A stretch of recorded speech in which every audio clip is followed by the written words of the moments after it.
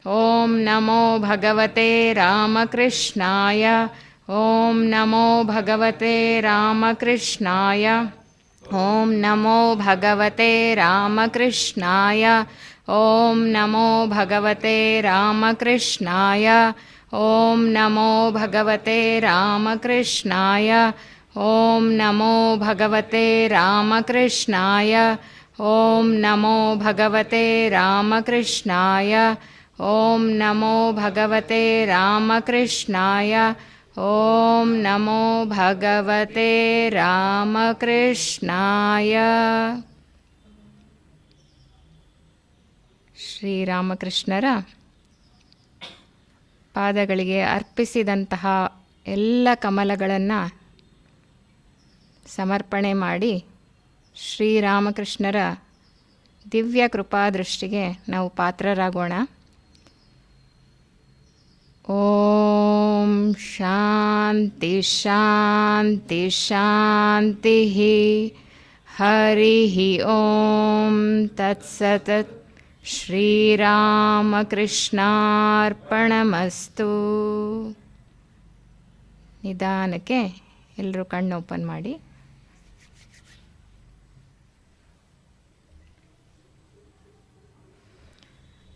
ಈಗ ನಮ್ಮ ಮುಂದಿನ ಸೆಷನ್ ಕತೆ ಸೆಷನ್. ಇವತ್ತು ಒಂದು ನೀತಿ ಕತೆ ಹೇಳಲಿಕ್ಕೆ ನಮ್ಮ ಜೊತೆ ಸುಹಾಸ್ ಇದ್ದಾನೆ. ಸುಹಾಸ್ ಯಾವ ನೀತಿ ಕತೆ ಹೇಳ್ತಾ ಇದ್ದಾನೆ ಅಂತ ನಾವಿವತ್ತು ನೋಡೋಣ. ಎಲ್ಲರಿಗೂ ಜಯರಾಮ್ ಕೃಷ್ಣ. ನಾನಿವತ್ತು ಸಂತ ನಾಮದೇವನ ಕತೆ ಹೇಳ್ತಿದ್ದೀನಿ. ದಾಮಶೆಟ್ಟಿ ಅಂತ ಒಬ್ಬ ಪಂಢರಪುರದಲ್ಲಿ ದರ್ಜಿ ಅಂಗಡಿನ ನಡೆಸ್ಕೊಂಡು ಜೀವನ ನಡೆಸ್ತಿರ್ತಾನೆ. ಅವನು ವಿಠಲನ ಪರಮ ಭಕ್ತನಾಗಿರ್ತಾನೆ. ಅವನು ಹಾಗೆ ದಿನನಿತ್ಯ ಸ್ನಾನಾದಿಗಳನ್ನ ಮುಗಿಸಿ ಗುಡಿಗೆ ಹೋಗಿ ಅಲ್ಲಿ ಪೂಜೆ ಮಾಡಿ ನೈವೇದ್ಯ ಮಾಡದೆ ಊಟ ಮಾಡ್ತಿರಲ್ಲ. ಹಾಗೆ ಒಂದು ದಿವಸ ಅವನಿಗೆ ಬೇರೆ ಊರಿಗೆ ಹೋಗ್ಬೇಕಾಗಿ ಬರುತ್ತೆ.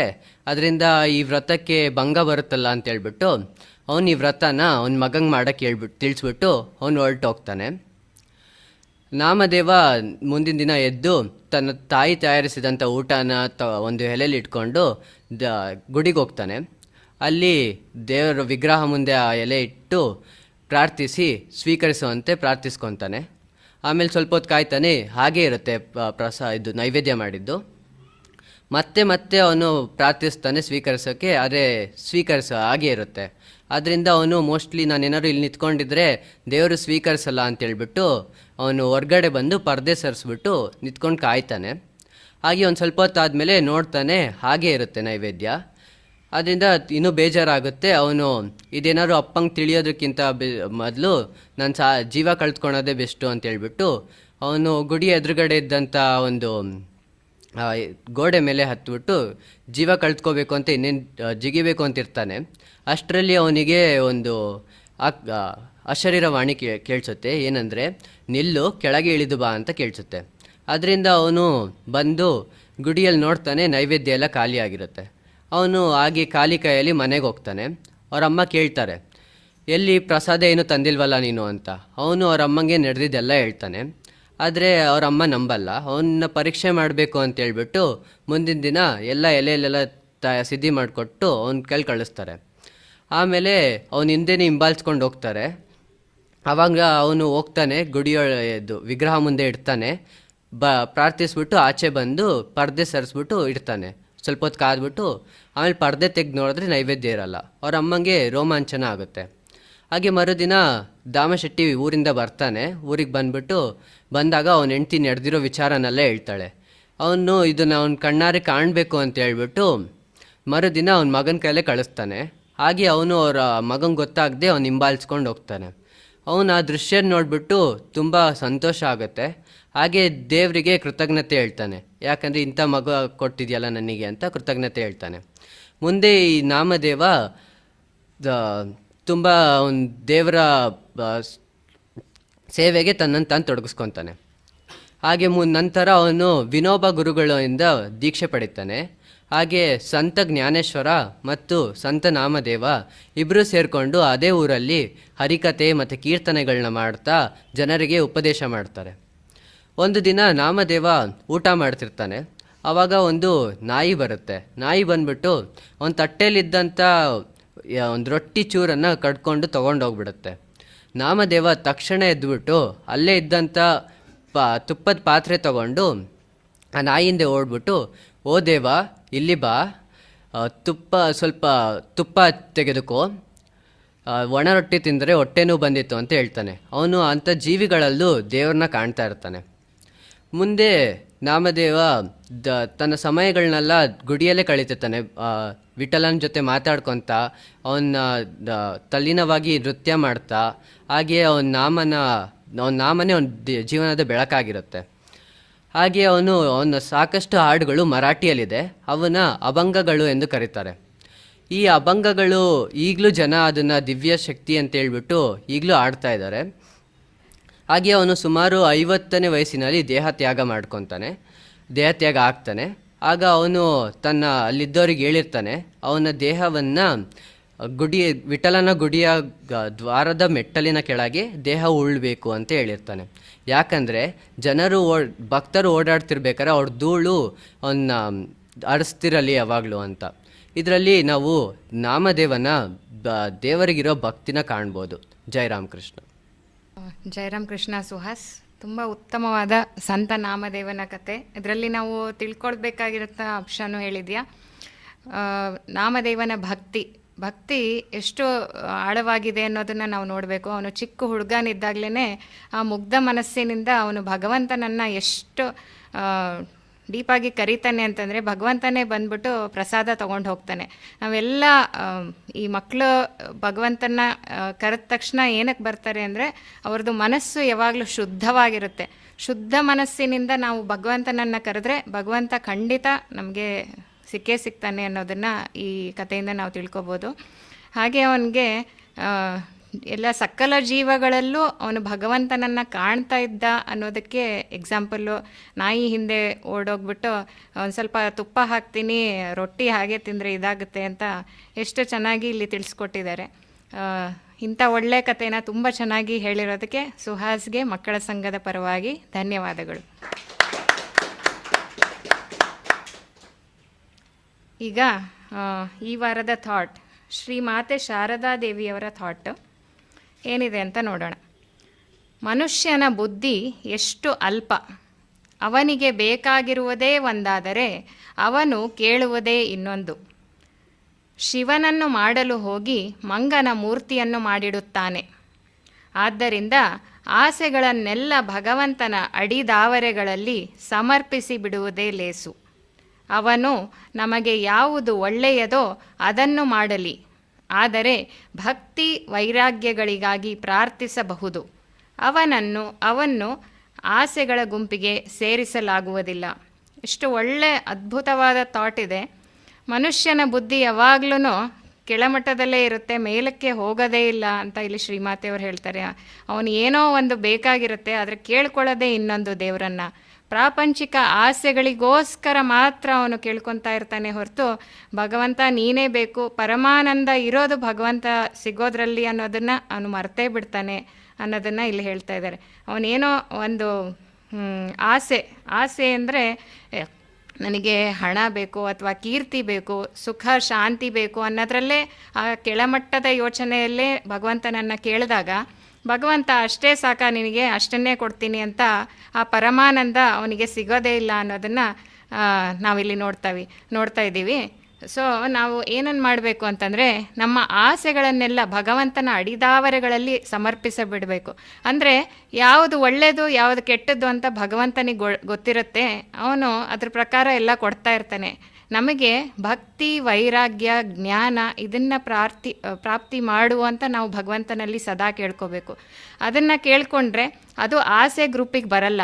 ಅದು ನಾವು ಪ್ರಾರ್ಥಿಸಿದರೆ ಭಗವಂತ ಕೊಟ್ಟೇ ಕೊಡ್ತಾನೆ. ನಾವಿಲ್ಲಿ ಒಂದು ದೃಷ್ಟಾಂತ ನೋಡ್ಬೋದು.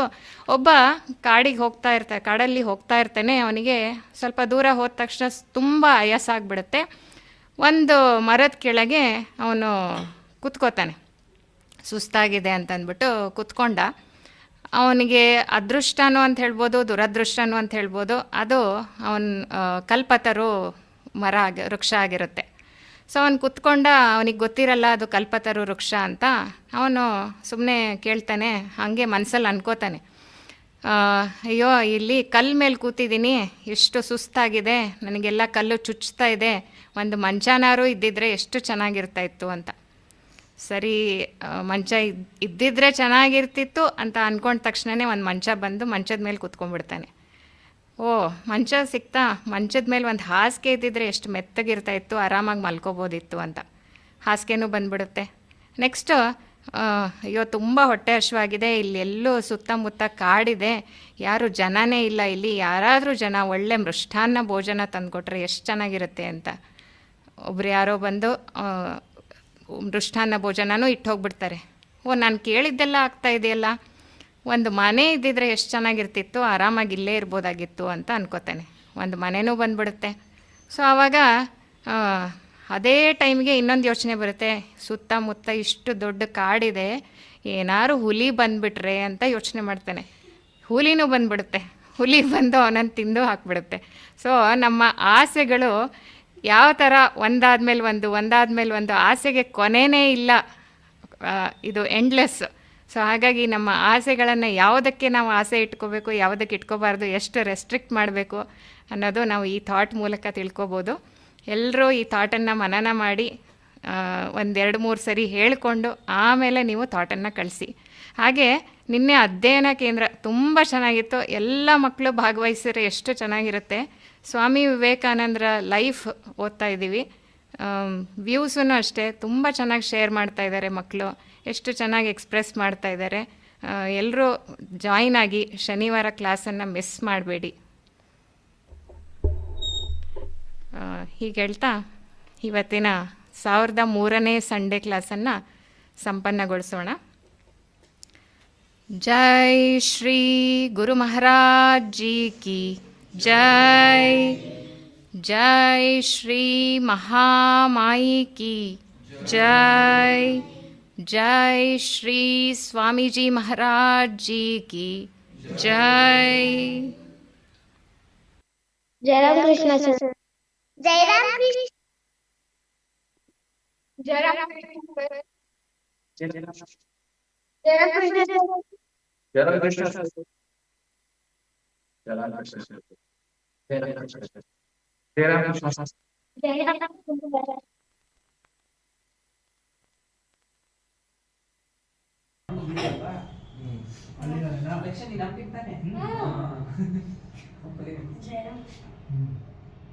Five. 4,000 sir. ಕೊಡು. 2,000 plus 2,000.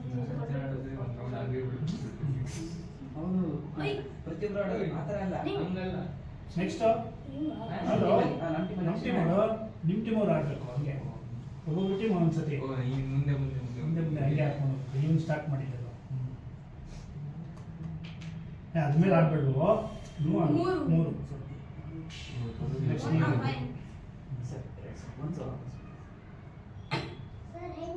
ನೆಕ್ಸ್ಟ್ ಎಷ್ಟು 2,000ನ 1,000 ಮುಂದಿನ ಹಾಕು.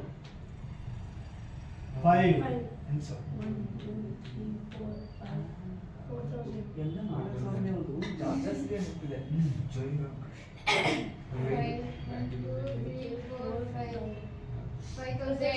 ಸೂಪರ್. ಜಯ ರಾಮಕೃಷ್ಣ. 1, 2, 3, 4, 5, 2,000.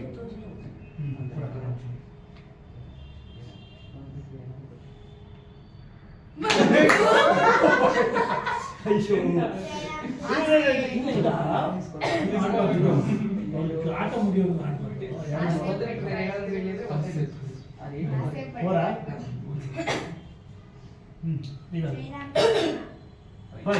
ಏನು ಎಲ್ಲರೂ 5 ಹಾಕಿದ್ವಿ.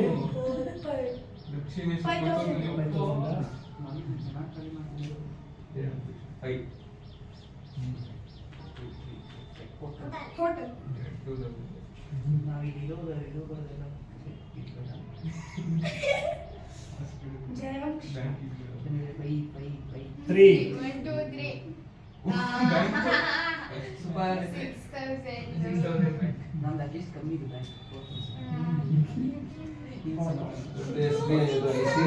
ಬ್ಯಾಂಕ್ ಆಗ್ಬಿಟ್ಟು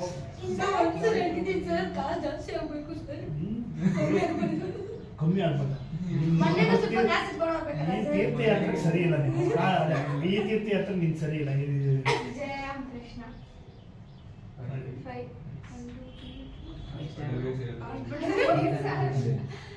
ಮಕ್ಕಳು ನಾಲ್ಕು ಜನ ಹಾಸ್ಪಿಟಲ್ ಸೇರ್ತೀನಿ ಲ್ಯಾಂಡ್ ಸ್ಲೈಡ್ ಆಯ್ತು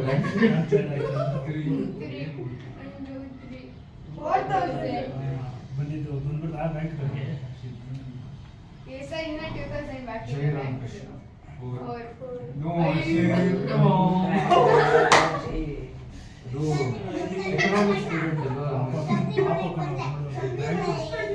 ಶಿಕ್ಷಣ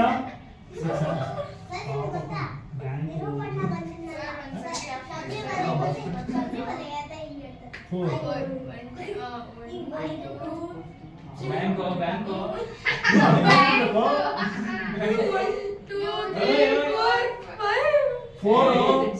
ಇಲ್ಲಿದ್ದು 1 2 3 4 ಬ್ಯಾಂಕ್ ಇದು 1 2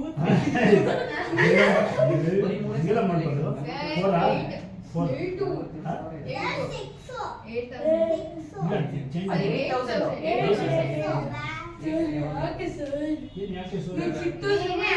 ಬ್ಯಾಂಕಿಗೆ ಆಗ್ತಿಲ್ವ ಕೊಡ್ಬೇಕಲ್ಲ ಸರ್ ನೀ ಯಾಕೆ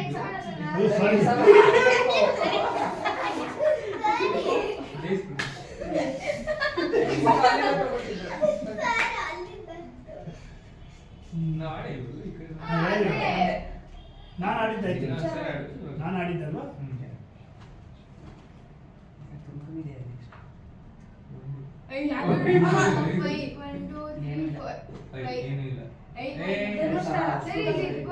ಇಲ್ಲ ಅಲ್ಲ ಬೇಕು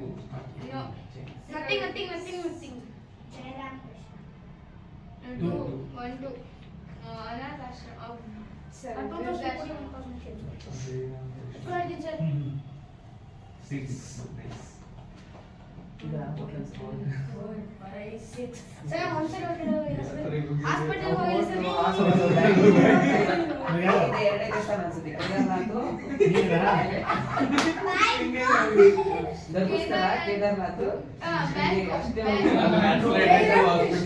ಅಷ್ಟೇ ಅವ್ರು ಎಲ್ಲೂ 3 ದೇವಸ್ಥಾನ ಹೋಗಿದ್ದು.